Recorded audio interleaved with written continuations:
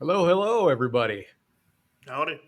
I'm Shawn, and this is Dave, and we have a special guest tonight, Mike Amery from American Experiment. Um, Welcome to the show, Mike. I'm glad Thanks you're so here. much. I've been Glad to a to be in couple of Duluth, even though I'm down in Wright County. But I'm coming to okay. Duluth next week. I'll be there all week. Can't Yeah, wait.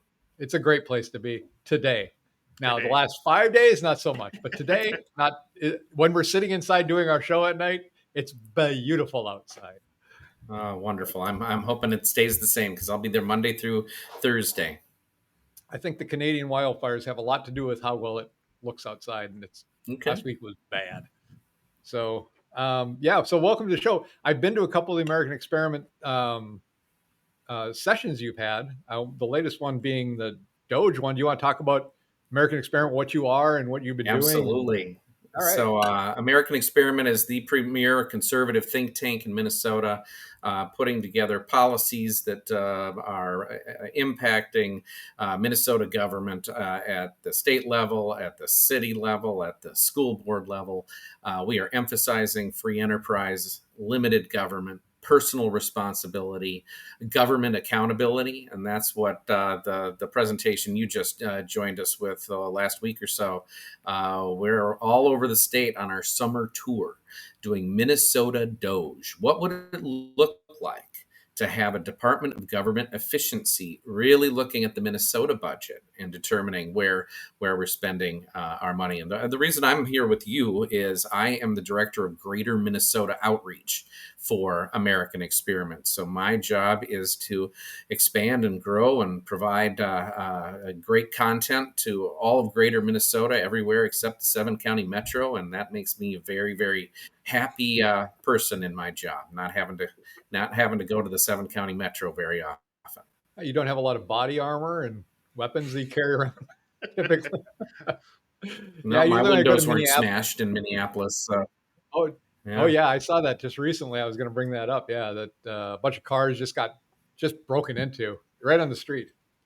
Yeah. And the pity is, I One used after to the live other. down there. And, I did too. I actually ran when I was in law school at the University of Minnesota. I was with a sacrificial lamb for the Minnesota State Senate, and that was the district I ran in.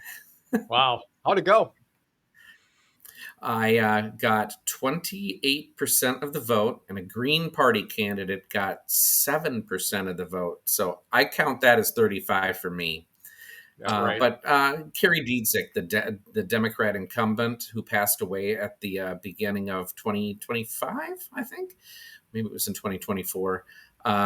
She passed away, so there was a special election. There was a Democrat, a Republican, and the Republican got 9% of the vote.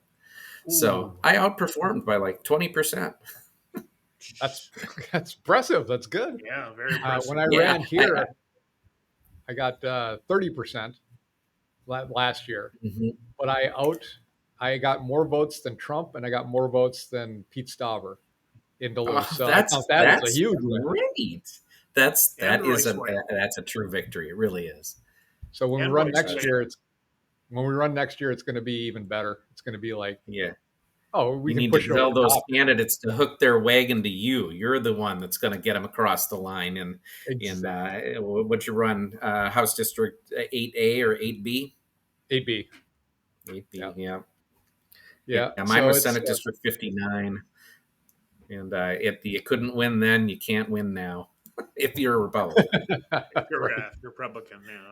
I don't view this as a loss. And I don't see this as you can't win, Duluth. You can. I think it's just a matter of getting people to understand what's going on, which is one of the reasons we're doing this podcast. Is hopefully when I'm running, people can get to know me pretty well just by watching this podcast and know how I think and how I'm, what my rationale would be without having to wait for Duluth News Tribune to put out an article or League of Women Voters to have a forum, and that's the only place they get information. So Right. we'll see how that works. I hope that works out well. Yeah, speaking of where they get information, Duluth is tough, but when you take a look at our Minnesota DOGE program a week or so ago in Duluth, we had 100 people there. And, we had protesters. We had a group called, I have to pull it up again, but Northern Socialist Coalition. And they came out and protested us. And then they put pictures of themselves up on Facebook and said, "Hey, we're going to watch this Minnesota DOGE group. It's a reactionary right wing group, and we're going to be we're watching them. But no worries, hardly anyone showed up." And Yeah, we that had almost 100 people. that room was So full, and it was a good talk. And those guys were off. I saw them as I drove in, but they were completely in the wrong area. So maybe they didn't think anybody showed up because nobody was in that parking lot, but everybody was parking on the other side of the building. right, because that's for the main restaurant at Clyde Ironworks, and a shout out to them. They're just fabulous. If you're a Oh Duluth yeah, conservative, I'm not saying they're conservative.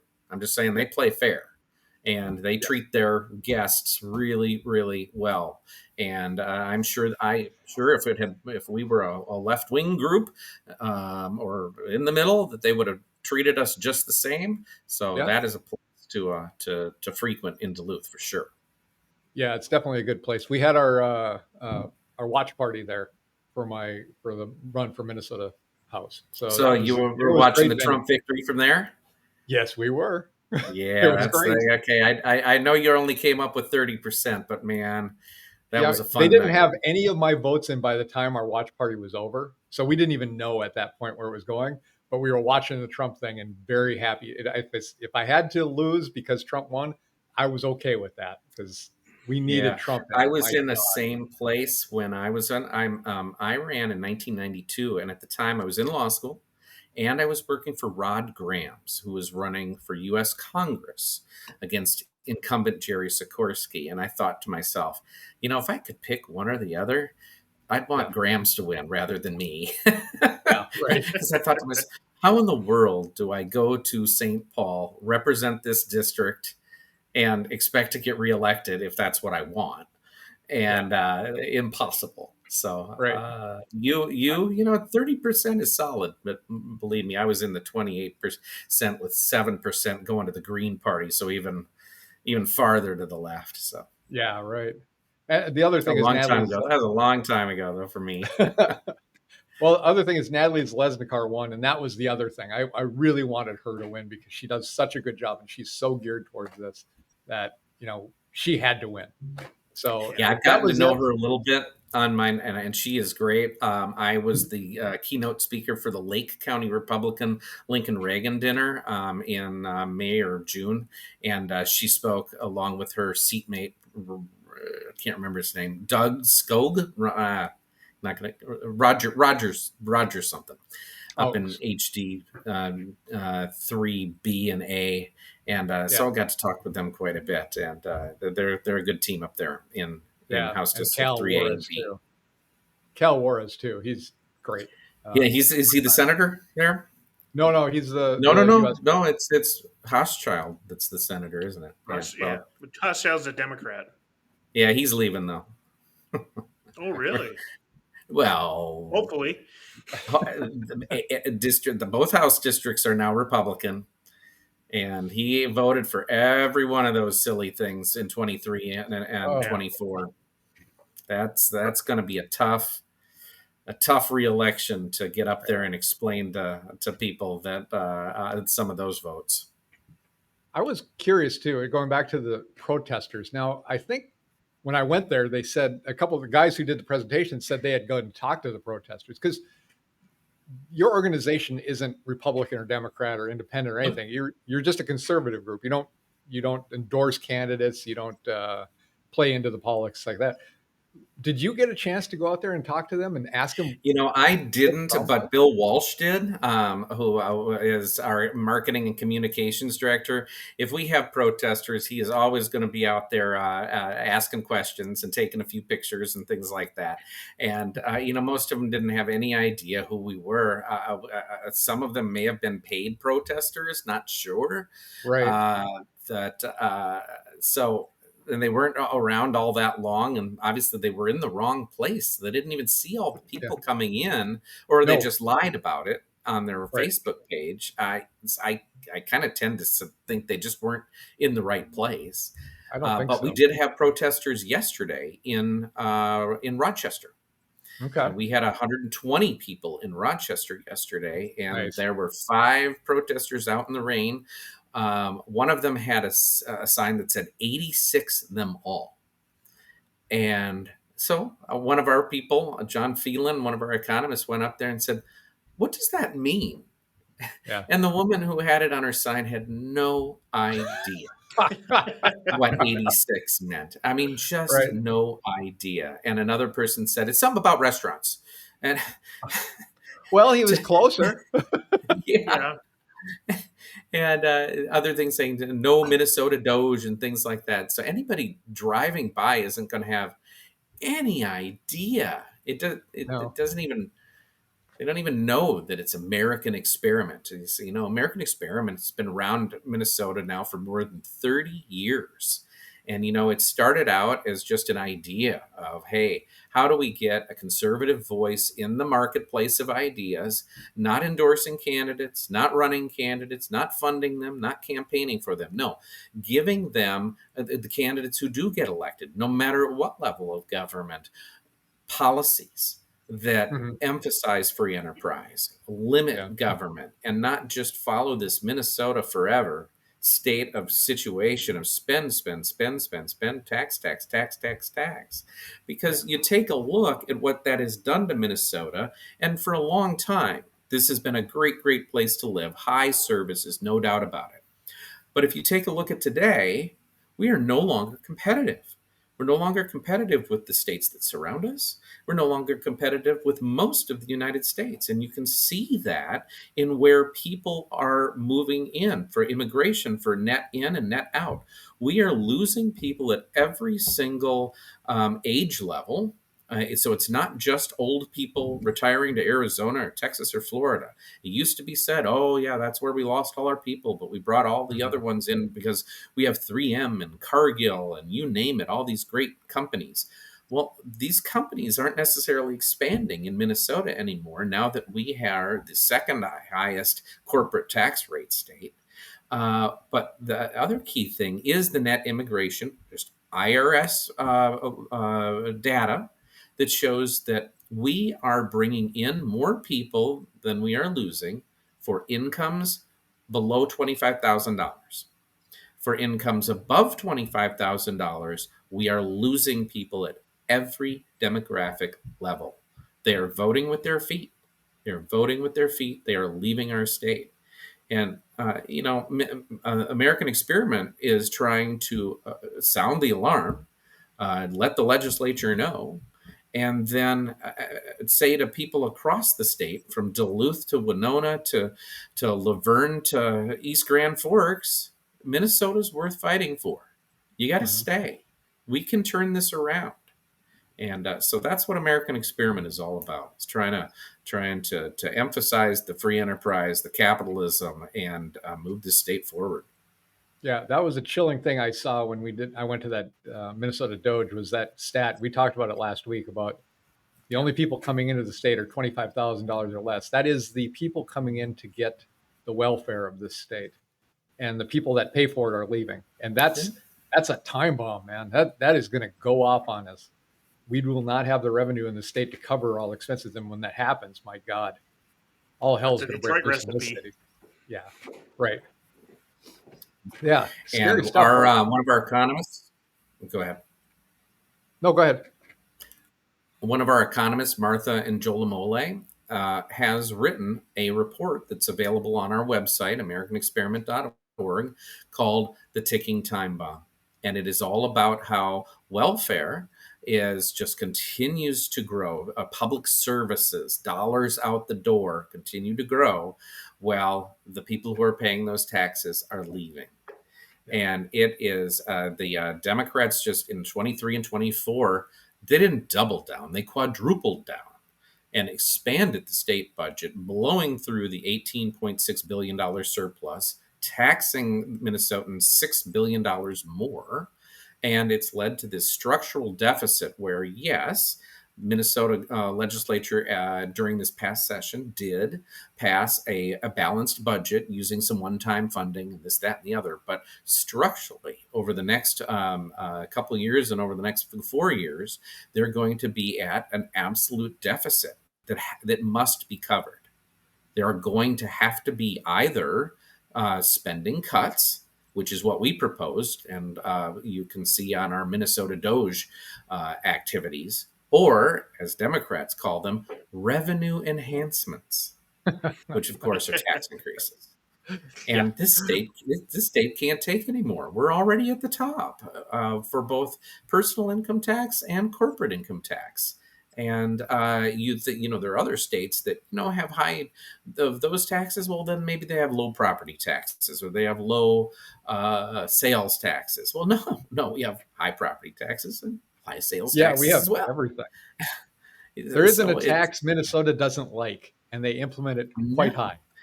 Yeah, and it's been like that forever. And it led to a quality of life throughout the history of Minnesota that is hard to argue with. Now, you can argue on whether they should have done it or not, but you can fly an airplane over Fargo, North Dakota, and Moorhead, Minnesota, and you can see where people built their houses and built their businesses.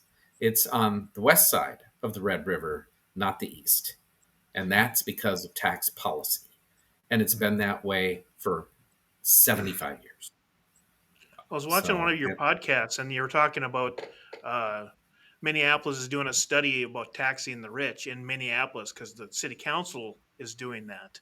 I mean, how do you think that's going to affect population in Minneapolis City? Well, it would be terrible. The interesting thing is, in order to do that, though, I believe that the Minneapolis would have to go to the legislature and get a law passed that would allow them to increase taxes on the rich, to be defined later. But come on, the value of living in Minneapolis is it's been plummeting for years, and this will make it plummet even more, especially when you can move just a mile away or blocks away to escape that rate of taxation. So, there was an article. We have this magazine called Thinking Minnesota, and it's available to members of American Experiment. And it is published 4 times a year, and it is just a great recap of what's going on in this state, historical. It's just really interesting. But one of our economists, John Phelan, wrote an article in the winter issue of 2025, so it came out in January of this year, and it's all about Lower Town in St. Paul. That's where the St. Paul Saints, that beautiful ballpark is, and it's where the train station is, and a lot of other stuff, critical infrastructure. And it has been a place of business and commerce for St. Paul for 150 years. And in recent years, pre-COVID, it had lots of bars and restaurants and shopping and a Byerly Lunds and a great place to live, nice parks.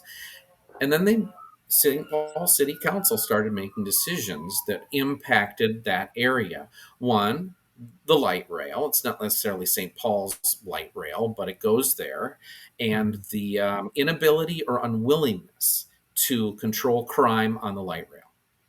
So that brings, because it's the terminus of, I believe, the Green Line, and that brings very bad elements into that area.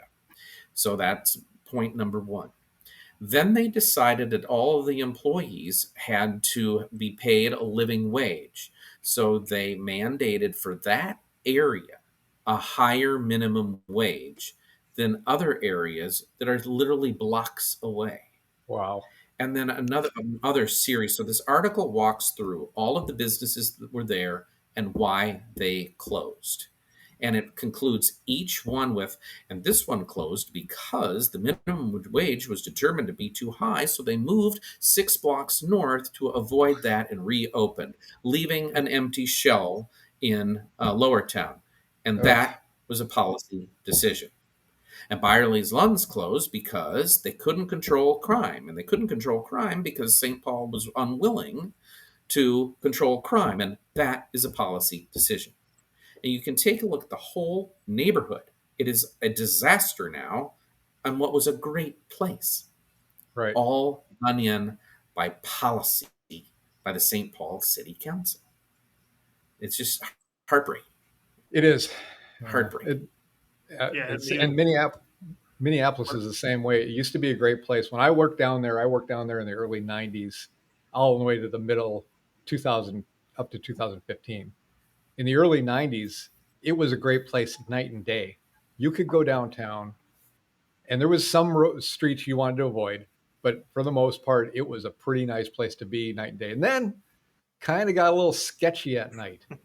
So you didn't want to be maybe around certain areas at night. Then it was pretty much the whole city you didn't want to be around at night. Then it was during the day. And then we had people getting stabbed in the Skyway during the day. And that's basically when I left at that point. And it's gotten much worse since then. It's just a shame because Minneapolis was beautiful. It was so fun. Right. I go down to Minneapolis for a couple of things. I live in Wright County, so I'm about 35 minutes from downtown Minneapolis, and I'll go down for the Stone Arch Bridge Festival.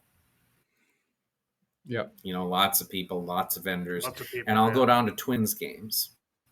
And when I go to Twins, I park lot A, lot B, and I never touch the street. Yeah. And, you walk right into the ballpark and you walk right out and you drive home to Maple Grove or my community, Hanover, where we have a great restaurant. I'll pitch my restaurants, River Inn and Big Board Barbecue, a couple of classics in this state. And, don't spend the time walking those streets down on Hennepin Avenue like you used to. No, I used to catch a bus down there, and I don't think I'd feel safe doing that at night anymore. No, definitely not. So that brings up an interesting thing. I give you a little bit of my background. I am from Minnesota, and when I got home from college, I decided to go to the University of Minnesota for law school. So I definitely was Minnesota. And then I got involved in politics, particularly Rod Graham's campaigns for Congress in '92 and Senate for '94, and met my wife, who was an undergrad at the University of Minnesota when I was in law school. And we went out when Graham's got elected, spent a couple of years in Washington. I was a congressional staffer for Graham's, and we decided, well, that's not the place where we want to raise kids and have a family. It's expensive, it's crowded. So we came back a couple of years later, and I worked for Hennepin County, for the Hennepin County Board of Commissioners for a while. And we bought our first house in Maple Grove. And then I took a job with a trade association based in Minnesota, physician group for neurologists. And I was doing federal relations for them, being based in Minnesota. Realized, I probably need to be in Washington to really do this job well. So in 2005, went back to Washington, D.C. with my wife, my 3-year-old, and my 7-month-old. Oh, wow. And, so I was a lobbyist on Capitol Hill for many, many years. I raised my kids out there, and if you talk to them today and say, so where are you from? They'll say, DC, Maryland suburbs. Absolutely. Well, they're not from Minnesota at all. But I switched careers right as COVID started, and I was being more of an attorney for a defense contractor. And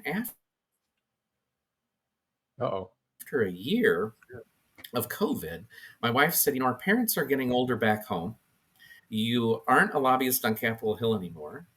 You work in our basement. Can we go home? So I went to my employer, and they said, yeah, I suppose, yeah, you can do this from anywhere. So we moved back in August of 2021, and my parents live in Annandale, and my father-in-law was living in Northeast Minneapolis. So we decided to split the difference, but with one rule. We would not move to Hennepin County. We wouldn't do it. I'm a former Maple Grove City Council member. I served there from 2001 to 2005. Grew up pretty much in Hennepin County. My wife definitely did, and it was like, nope, we're not. We're looking at the train wreck that is this city, this county, and we're not going to do it. So we moved to the west side of the Crow River in Wright County. And found the home for us in Hanover, and it's been great. It's been great. But the Hennepin didn't get these move backers. Well, I just think if you're in Mary Moriarty's district, you could, commit any crime, and she wouldn't throw the book at you. Right. Well, that's an interesting thing that I have sort of a personal story on that, because I'm on the Hanover City Council, and Hanover is 2/3 in Wright County and 1/3 in Hennepin County. Well, that we have to have public safety services. So that means that we have to hire the sheriff to cover the area. Well, the Wright County Sheriff does Wright County, and the Hennepin County Sheriff does Hennepin County. Well, that's like a 40% increase in what we would be paying if we could have it just one of those entities rather than two. So I've gone. First time I went to the Wright County Sheriff, Sheriff Derringer, who is a wonderful man, a great public servant. Shawn Derringer in Wright County. It's exactly what we need in Minnesota. And he said, Mike, I can't have my officers, if I had them arrest somebody in Hennepin County, even though it's really pretty rare, I can't have them going all the way down to the Hennepin County Government Center and dealing with all that, this, that, the other. I can't do that. And I said, okay, that makes sense.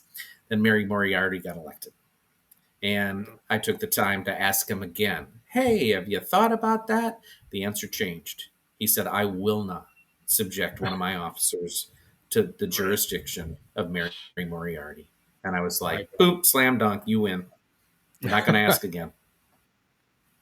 Mm-hmm. And they decided that themselves. You take Minnetonka, Minnesota. You go take a look at the vote rolls from that race. They voted for Mary Moriarty. And then they suffered a huge increase in carjackings and said, what the heck? What's going on? They didn't really, because they're not reporting them anymore. So it's really not happening. Yeah. That's what I've been told. Well, the people in Minnetonka are all up in arms. Well, you go to them and say, well, she's doing exactly what she said she was going to do. That's what you voted for. That is exactly my problem here. To say that. It's the worst thing in Duluth. It's like she's telling you exactly what she's going to vote for, and it's not going to be for your interests. And they don't seem to get it yet. Who is this? Who in Duluth? In Duluth, my opponent. It's always about, she's Hispanic and Native, and that everything she does is specifically for Hispanic and Native and by gender, multi-gender people, because that's what she is.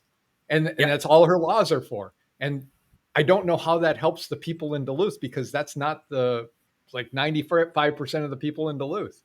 And I just don't understand why people vote for that. I don't get it. So I got to learn how to break through that wall. I don't understand it either. I don't know how much of it is legacy of voting for DFL because your parents did and your grandparents did. When I lived in Maryland, I was in my Knights of Columbus group at church with a fairly elderly man who was from St. Rosa, Minnesota, in central Minnesota. And this is, it's a pretty conservative church, and, it's pro-life, and, there's certain things that basically say you're probably going to be a Republican. And he always voted for Democrats. He was the only one.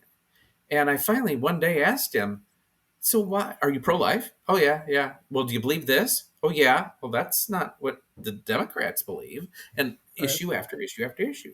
And I finally said, why do you do this? And he said, Mike, where I grew up, everybody was a Democrat, everyone. So, you know what? That's just how I grew up. And, that's my community and da-da-da-da. So I went and pulled the voting rolls from St. Rosa, Minnesota. And I showed him, do you know not one Democrat is elected at any level of local government from the state legislature down in St. Rosa, Minnesota? They're voting like 80% Republican. So things change, you don't have to vote the way your mom. I mean, Hubert Humphrey and John F. Kennedy would have been conservative Republicans. Oh, yeah. They would have been radical right. Radical right wing. Yeah. Right. Can you imagine? God. So yeah, it baffles me. And then, but this is one of the reasons we do this podcast, is because I've talked to several people. In fact, I talked to one of our city council people. I'm not going to mention who it was, when I was running for last year, and I was talking about the fraud happening in Minnesota. The $250 million feeding our future, and other ones that added up to over $500 million. And she's like, that's not happening. What are you talking about? What are you getting your news stories? And I'm like, here is an article from CNN, because you got to feed them news that they'll actually believe, because they won't believe one from Fox News, they won't believe that. That's just propaganda. But if you give them something from CNN, it actually steps them back a second. It's like, oh my gosh. And my question really was, how do you not know about this in a leadership position in the city? Because this wasn't new. This wasn't when it just happened. It had been out for months last year. It I baffles mean, me. Andrew Luger, the Joe Biden appointed U.S. Attorney for Minnesota, when he was leaving office, said Minnesota has a fraud problem. There's fraud everywhere, this, that, and the other, but Minnesota, it's really a problem. American Experiment is following that too. We have a public policy fellow, Bill Glahn, who that is literally a full-time job, is following the fraud in Minnesota, and he has created a fraud tracker. So that, there are all of these instances that you were talking about adding up to $500 million. And he has them all in one place on the AmericanExperiment.org website, where you can go and you can click on them, and it's all in one place, all added up. And then you can click on them to see the specific issues and what actually generated that. And so we don't want people to forget. We don't want people to forget that this state has a huge fraud problem and it really is since Tim Walz became governor of Minnesota. Yeah. That brings up Tim as well. Again, we're nonpartisan. We're just pointing out we're government accountability. If we're going to be full of hypocrisy, we're going to point it out. And we were really proud during the presidential race, where Tim Walz was named vice presidential candidate. So, worldwide media coming to Minnesota on who is this guy? Who is this guy? Who is this guy? And of course, you've got your apologetics from the Star Tribune and Pioneer Press and major media in Minnesota saying, oh, we've got this wonderful governor who's running such a wonderful state. Well, they also came to American Experiment. And what we had been doing is cataloging the fraud and also the missteps of Tim Walz. Because what did we learn about Tim Walz in the vice presidential race? What we learned about him is he lies. He lies about small things. And if it's going to make him look good, he doesn't seem to have any problem lying about things that are easily verifiable. And you know what? If you're lying about small things, you're probably lying about big things. And there you get to the fraud. Right. And so American Experiment was really at the forefront. We were on worldwide media interviews and our stats. And we had Hannity once, and now obviously that's Fox News. So it's not believable by your state legislator or your city council member. Oh, yeah, for sure. But Hannity's got one of our charts up, and right underneath it's got our logo, American Experiment, showing Tim Walz with some chart. So that was a lot of fun. We talked about it too in our show. We were so happy that he became the vice presidential nominee, because it finally exposed two people in Minnesota how bad he was. Because it seemed like people just had their blinders on about this guy. They just didn't know anything about him. He was just like, yeah, he's a Democrat, just vote for him.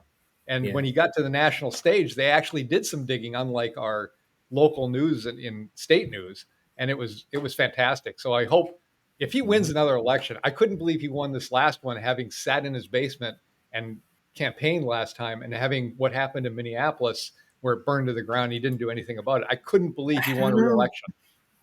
So. I'm in Greater Minnesota. As I mentioned, I'm director of Greater Minnesota Outreach, and I talk to a lot of groups across the board. I addressed the Libertarian State Convention a few months ago. But one of the things that I do is I pull up the voting data of Minnesota counties. So let's say I go to Lyon County. I was out in Lyon County the other day. I pull it up and say, okay, when was the last time they voted for a Democrat for president? Lyon County, that was 1996 with Bill Clinton in his reelection. But ever since then, every single year they have voted for a Republican, and every single year the percentage win by the Republican has increased. So Trump 2024 was 65%. Trump 2020 was 63%, and the 4 years earlier it was like 60%. So it continues to grow, and that's a trend in every single one of the 80 counties outside the 7 metro area, except for St. Louis County and maybe a couple of the Olmsted County in Rochester, Blue Earth in Mankato. So some of our bigger cities, but these smaller counties are continuing to increase their percentage of victory for the Republican candidate for president time after time after time. That means more votes. It's not just keeping it. It is literally more votes for that Republican candidate. And that's what needs to be transformed here is we need these counties upping their voting percentage from 65 to 68 or 68 to 70 or up to 74. If we could move 5 percentage points in 80 different Minnesota counties on just the voting percentage of people who go out and vote, Republicans would win easily statewide. Right. Yeah, it's hard to get people out to vote here in Duluth. And the other thing is money, unfortunately. Good. Your race and the rest of your colleagues running for the Minnesota House, if you take a look at Blois Olson has put together the numbers on how much money was spent on Minnesota State House races in 2024, and he has the total at a 9-1 spending advantage for Democrats. Now, that's not just the candidates and how much they spent. It's all the outside interests and how much money they spent, all the PACs doing this, that, and the other. He's got it at 9-1. Well, Republicans got outspent 9-1 and picked up 3 seats. Yeah. That's a winning message. That's nice. A losing financial message, but it's a winning electoral message. If we can get that to 7-3, we pick up 5 or 6 more seats. If you get 50-50, you get 44% of the vote. I think you're still going to lose, but we can start battling and keeping some of the Democrat money in your race in Duluth. Make your incumbent spend some money rather than just going off and being a left-wing nut. Exactly. So that's my thought. The one thing I found too is that Republicans. I'm fortunate. My state House member is Walter Hudson. And I don't know if you've seen much of him, but he went viral on YouTube on pronouns on the Minnesota State Legislative floor. 1 minute little speech he's got there. You can look it up on YouTube. Walter Hudson pronouns.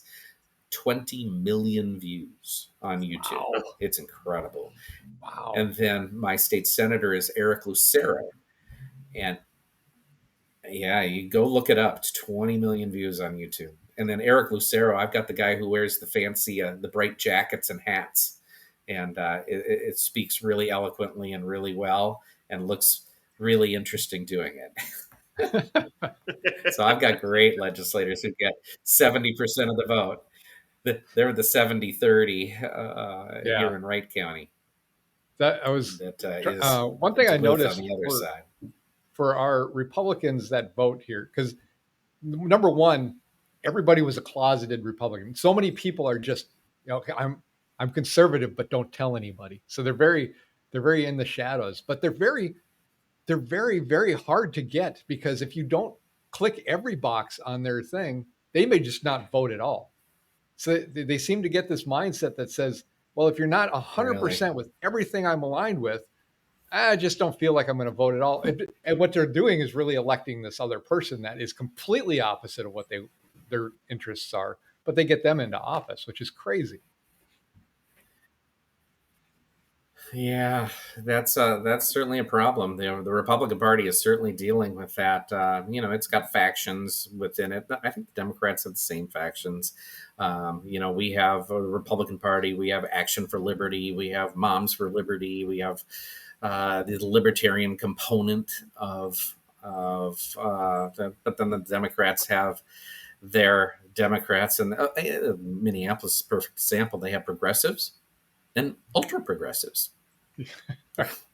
So I know what you mean. Politics is tough that way, to get people to look at the long haul. I'll shift away and go back to my experiment because obviously I'm coming from a personal Republican perspective, but from American Experiment, again, we're not campaigning for candidates, we're not funding them, we're not recruiting them, and so I'm out in Greater Minnesota, and you're talking about these factions, and unfortunately, don't have to deal with those factions because I'm dealing with policy and coming to people like our Minnesota DOGE program and saying, hey, look, here are the policies on all kinds of different stuff: healthcare, education, taxes, budget, public safety. Things that really impact people's lives, and saying, what can we do differently? What can the legislature do differently? What does does a legislator need? What does a city council member need to make their community a better place, policy wise? Because you know what? I'm a city council member. I've got all kinds of different issues that come up. I don't have any idea what the right answer is. I've got to talk with people, and I need resources. I need lobbyists. We don't have too many lobbyists at the city level, but lobbyists and like I said, I was a lobbyist for years, to tell both sides of the issue and say, well, you could look at it this way, which is what my client looks at it. The other side is going to say this, and that's the decision you really got to make. And I'll make my argument, but you probably should go talk to them too, so that people can make good decisions. And American Experiment is in that marketplace, giving elected officials the ideas of how do we make Minnesota more competitive? How do we draw people to the state? How do we increase businesses? How do we create a more competitive environment that says, hey, this is a great place to be? Because it has been, but it's slipping. There's just no doubt about it. Well, you talked about the different factions of both the left and the right, but right now the factions in the left seem to be, extremely socialist Democrats, mostly socialist, and then, left wing hardcore progressive Democrats, and then there's the moderate Democrats are almost gone. Do you think that's completely? Yeah. I mean, the Democrats have got just horrible approval ratings, and that's within their party. Do you think that's kind of self-destructing themselves? They keep doubling down on issues that 80% of people disagree with them on. Yeah. And but they still get elected. Yes and no. Well, It's yeah, 4-4 it's 4-4 in Congress. Of course, they're winning statewide. Yes. But you take a look at Mondani in New York, and is Omar Fateh going to get elected in Minneapolis on that same platform? Right. It's an interesting thing. I also follow North Dakota, but not too much. But there is a legislative app. It's a computer program that takes a look at where legislators vote compared to other legislators. So let's say you have a pro-life bill and all the Republicans vote yes and all the Democrats vote no. Well, all of the Republicans have voted together and all the Democrats have voted together, and you can see that. So then you add another vote and see where and the colors change. So in North Dakota, where there are, I think there are 19 Democrats in the House and 8 in the Senate, which means there are 94 Republicans in the House and 38 in the Senate. So the huge majorities. Well, they don't all vote with each other. It's not all the Democrats over on the left and all the Republicans on the right. You can see a trend line that is kind of bizarre, with mixed, where Republicans are voting with each other not all that often. So number A versus number B. Minnesota is completely different. You run the same program. All the Democrats vote with all the Democrats, and all the Republicans vote with all the Republicans. 98% of the time. It's shocking how divided this is. And that, I think, is the result of that progressive movement in the Democrats, knocking out any moderate Democrats, whatever that means, versus the ultra progressives and the strict party line votes that those people had to take. If they weren't going to get every single vote in 23 and 24, the vote didn't come. They were getting them all. And then you've got a perfect example is sanctuary state. There was a proposal in March of 2024, maybe January of 2024, and it failed in March of 2024, where the Democrats simply didn't bring it to the floor because they weren't going to get the votes, even though there was a big call for Minnesota has to be a sanctuary state. Yes. On the Republican side, I think it's pretty similar. And, there aren't any. Maybe there are a few moderate Republicans. There are certainly some people who like to say that there are moderate Republicans, and they call them rhinos. But man, if you take a look at the voting records on all of those people voting together, it's the Republicans are 98% of the time voting together in the Minnesota House. And I believe me, there's no moderate legislation that comes up and miraculously passes because there's some coalition across the aisle. That's not happening anymore at all. If they can't get votes to do even a group that will look at fraud in Minnesota, create a special I can't think of the term right now, but there was the special an office of the Inspector General with subpoena power to investigate and go after fraud. That bill passed both the Senate, huge bipartisan, with like only 3 votes against it. And then it came to the House, and they had complete agreement, everything. And then the Democrats pulled the plug. And it didn't come up in the special session. So the question is, why? Now, if you take a look at American Experiment's polling, it's like 89%. So literally they're picking another issue where they've got 80% of people opposed to them. And I'll point out that our Minnesota reps, Alicia Kozlowski in the East End and Pete Johnson in the West End, voted against it. And the people in Duluth have got to hear that. We got to know that. But they got to go ask them why. Because you know what the answer is? The only answer that I can see is that they didn't want Republicans to win something. Yeah. Are we Tim Walz's One Minnesota? Or are we the Vikings versus the Packers? And they literally view it as the Vikings versus the Packers. Yeah, it's crazy. And it's sad. It's sad. And your legislators are taking votes that are sad. It's crazy. In the state until Trump got elected. So, the protests at the DOGE meetings, the protests, I think, are just because he's Trump or because he's, Elon Musk's DOGE. It has nothing to do with, right or wrong. It has to do with it was Trump. They're upset they lost. They're upset they lost, so they're voting, so that they're out protesting. I bet you every single one, if they went and walked up to him, who'd you vote for? Harris. So of course you're protesting. You don't like it.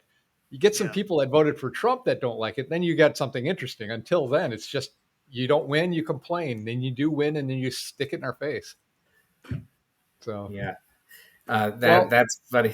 Funny that you mentioned that because American Experiment put on a town hall with Michelle Fishbach up in Otter Tail County on March 20th, and we anticipated that we'd get protesters, and we did.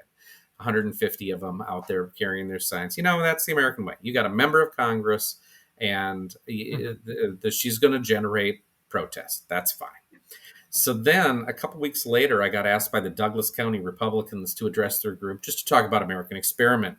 And they I did a radio interview saying, hey, I was going to be there, and it was put in the newspaper. So it was advertised a little bit. And went there. I had 70 people in the room, gave a great presentation about what American Experiment is about, a little bit of my backstory, this, that, and the others. I had protesters. I had about 15 protesters outside my little speech. I've run for office 4 times. I've won twice and lost twice.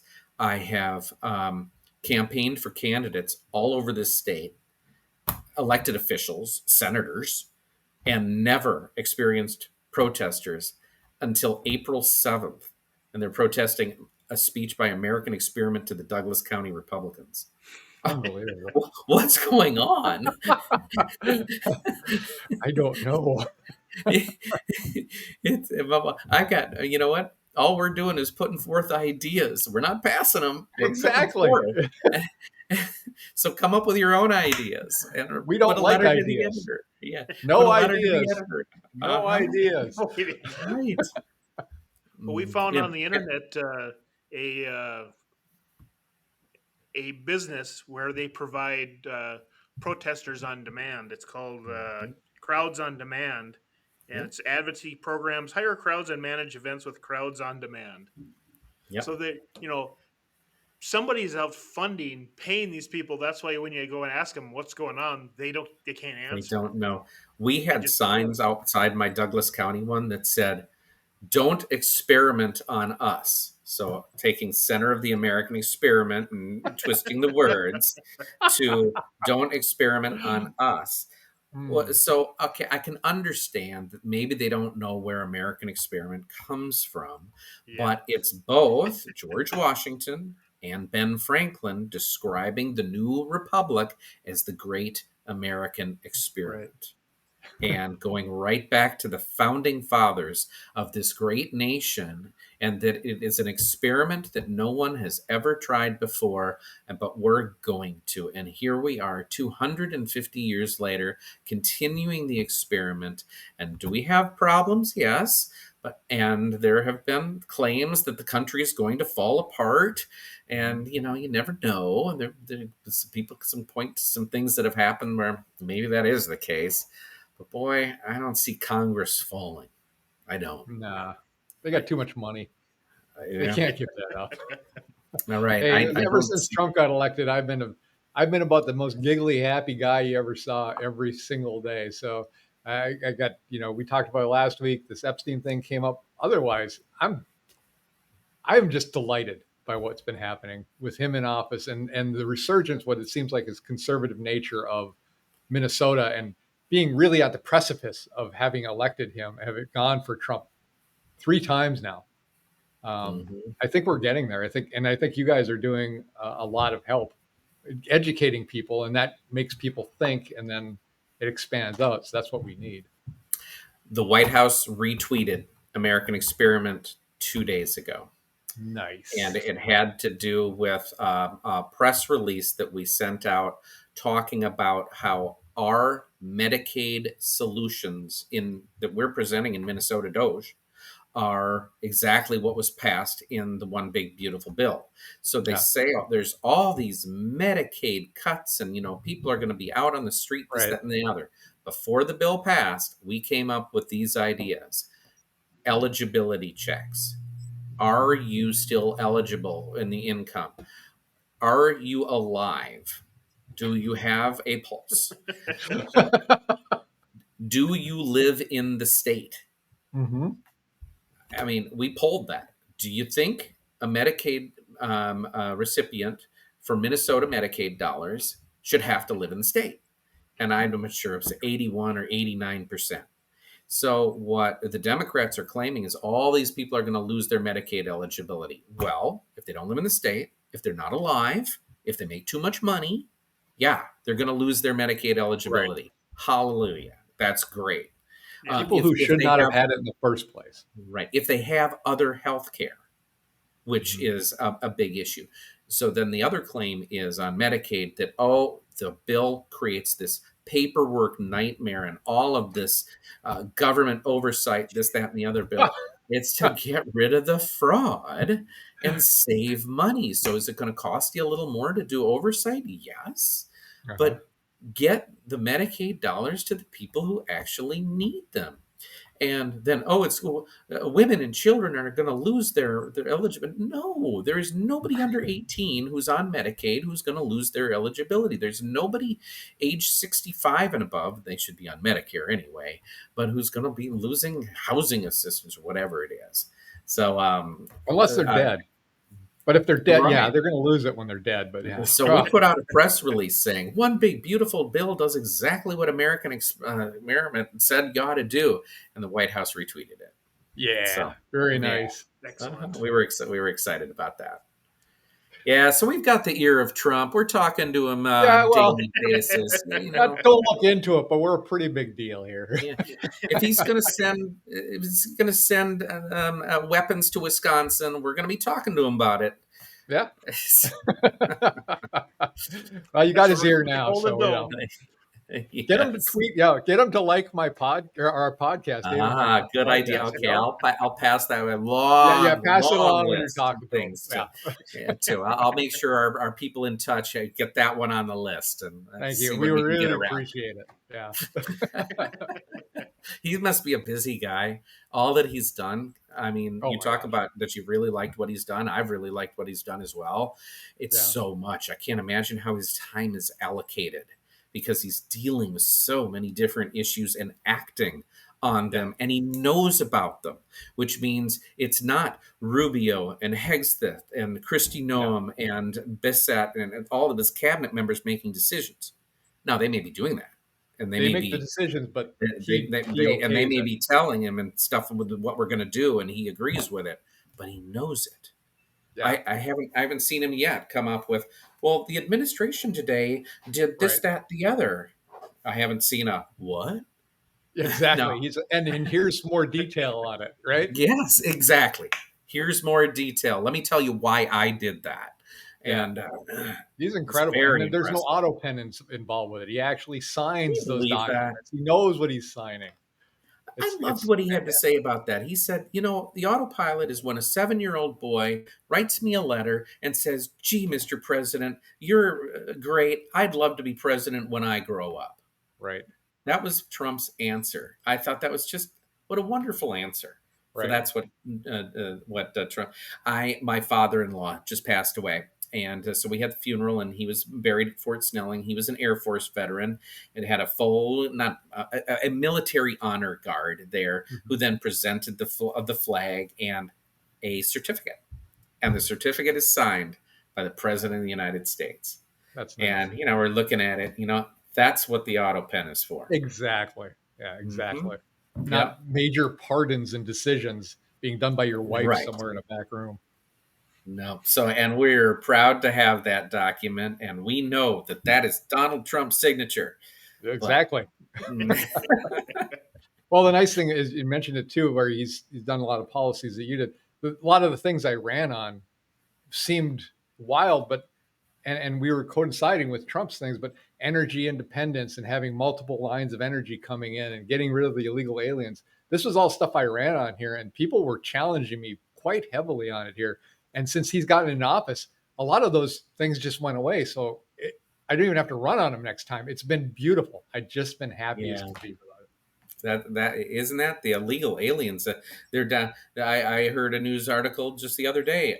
Border crossings yesterday were illegal border crossings yesterday were 0. Right. And Kristi Noem getting grilled because there's been a huge reduction in the capture of fentanyl crossing the southern border.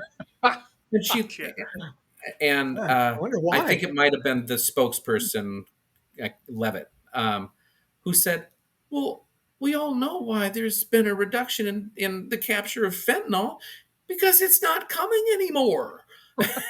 Yeah. Wow. Oh, the other one I got is, Republicans opposed a bill that would have shut down the border in Congress when Biden was president. Right. And yeah. it was Trump who called for it and said, Republicans, you can't pass that bill. So the reason that the border is open is because Republicans wouldn't vote for a bill. And then Trump shuts it down unilaterally by himself in a week. Yeah, exactly. And that bill they were talking about was horrible. It was giving amnesty to so many people. It was capping the number they could take. They could stop a day before they just let them go through. It was horrible. And the one thing I had a question about is if Trump, who wasn't president at the time, could stop that bill, who's really in power? It certainly wasn't Biden. Good point. Yeah. Good point. They wanted it stopped too. They didn't want that. They didn't want that bill. No. But now I've heard that who was it? Bernie Sanders came out and said, "Oh yeah, of course we don't want illegal immigrants who are criminals here." Like, what was that? How did that come about, Bernie? This is the first time he said that in probably 10, 12 years. Yeah, I I guess love the montages of Hillary Clinton, Barack Obama, even yeah, Biden himself, way yep, back, saying, "If you're in here illegally, you're going to get sent home." exactly. Yay! But I think they're finally realizing that that's the writing on the wall is that's why they lost. I think that's Mhm. true. They were against sending illegals home. Yeah, That's why Right. you lost. You And when know, you don't have a moral compass, it right? just sways with the wind. So now this is going to be the popular thing. I'm going to support that because they don't have an idea what they want. They don't have the backbone. They just have, what is it going to take for me to get elected next year so I can do a book deal and get millions of dollars? And yeah, that's really sad. And that's one yeah, thing I loved about Trump when he was coming up, especially back in 2016. And all those Republicans were in, for the primary, and they'd rise up, and then the media would get them on something, and they apologized and they dropped down. As soon as Trump got up there, they thought they had him. They did something. Trump was basically like, "Yeah, I said that, and I'm going to double down on it. Here you go." Is it Rosie O'Donnell or something like that? Right. I love that. I don't even care if I don't like your policies, as long as you stick with them. I will at least respect you. Yeah, been happy. yeah. It has been good. From a political process, definitely. So I keep going back and forth here because talking politics and elections and things like that. But I just want to emphasize again that American Experiment doesn't get into that type of Right, stuff. Now we right, all have our own opinions, right, and I don't think there's any Democrats in the office, but I can't be certain. right. I have a lot of family members who are Democrats, and I know some of them watch the show, and it's a great way for them to hear what I have to say and can Mhm. yell at me or swear at me without me having to be there. And then when we get together, we don't talk about it. So they're at least getting my side of the story, and getting some news articles they wouldn't have heard anyway. That's why we Yeah, did the that's show. good. Speaking of that, of getting out there and preaching the good news, I mentioned that I'm going to be in Duluth all next week. And so, for your watchers and listeners, I'm going to start out at 11 a.m. on Monday. I'm going to be on KDAL on Brad and Kenny's show Okay. there. And as I appear about once a month, usually in the third week of the month is when I come up. On Tuesday night, I'm going to be addressing the Senate District 8 Republicans at the Incline. I think it's the bowling place. That'll be in Yeah, the evening. I'll be Love to there. have you out there. Maybe you'll be there, Shawn I'll and be there Dave. for sure. Great. Definitely encourage people to come out there. And then on Thursday, I'm going to be at the Duluth Citizens Research Council Oh for yeah. lunch. So Okay. I'm going to be talking there up at the other bowling alley up on the hill, I think. I think it's the And same place. Oh no, the incline's down Skyline. here in Duluth, and then the Incline's other down one, in yeah, Duluth. The other one is up on the hill. Hermantown. Yeah. And then Skyline, yeah, Skyline Social Club in Hermantown is probably that's the bowling alley okay, on top of the hill. So yeah.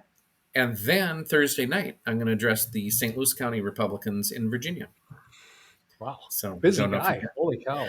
well, you know what? I be doing Greater Minnesota. I build trips, and I'm going to be meeting with our Duluth chapter. We have a Duluth chapter run by Becky Hall, Yep. who does a great job for American Experiment in Duluth, and Donna Bergstrom's on that board. Art Johnston. And a few other, Teresa Vineyard. Oh, we have people down in Cloquet, Cindy Bourne, and then Teresa Vineyard, who's up in HD3B, if you know her. Those all people have, Andrew Chu, who's Yep. also a Senate District 8 activist, is on our board, really trying to promote American Experiment in Duluth and getting the message out, getting people to our events. Our next event is not yet planned, but it is in the planning stages. We're going to do energy and mining, probably up in Hibbing, Virginia, Eveleth area. Before we have, at the end of the year in early December, we will have our Duluth Christmas party, which drew a great crowd. We had like 110 last year, and it's a great event. We had Paul Kazelka come and be a guest speaker. and I'm sure we'll get somebody good as well this time. So there's lots of ways to get involved in AmericanExperiment.org, and you can do that by making sure if you're not signed up with us, going onto the website, giving us your home address and your email address. You'll get a couple of emails a week. You'll get our magazine if you're a contributing member. We ask for a $35 contribution or more annually. And it's a great organization to be part of. So not only if you're involved in the Republican Party or the Democrat Party, you can participate in all the elections you want with them. But when you're talking about policy and, hey, what direction should the state go? American Experiment is a great resource for that. Well, it's been really great, Mike. Thank you for coming on. I think we're going to wrap it up here. We're not going to go through our typical show, but I think we've heard such good stuff here today that thank you for coming on. If you ever want to come back again, you just let me know. I'd love to. If there's a particular issue you want to talk about, we have not only can I come on, but we have public policy fellows who would love to come and do the show and go in depth on the issues. They are the top people in this state when you want to talk about healthcare, education, taxes, budget, public safety. We've got it, and they'll come on. Excellent. One of the things that we learned about from door knocking and during the campaign was there's too many people that just don't know anything about the issues.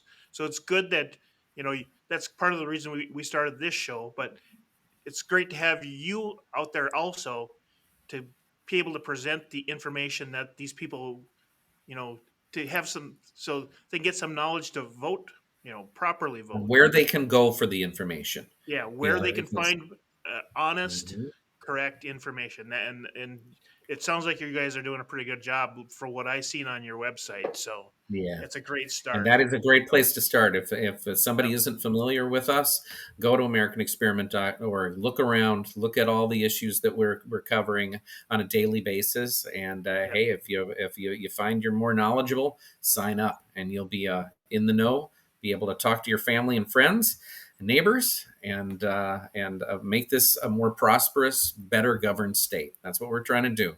Make this a more competitive, better governed state. And people can make educated opinions and educated voting, which is what we want. Exactly. All right, Mike. We really appreciate it. Thanks so much. Thanks for everybody to watch. And hit AmericanExperiment.org for more information. I got the URL right there. We will come back with a normal show probably this next week. So I'll see you guys later. Thanks again, Mike. All right. Thanks so much. Bye-bye. See ya.